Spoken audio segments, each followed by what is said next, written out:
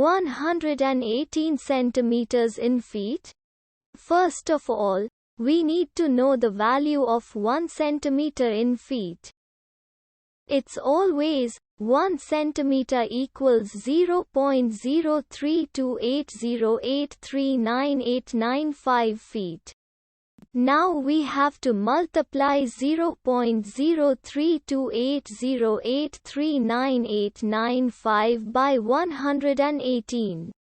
Therefore, 118 centimeters times 0.03280839895 feet equals 3.871391076 feet.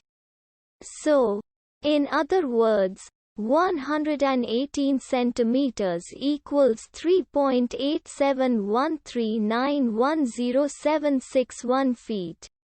We hope you have enjoyed this video.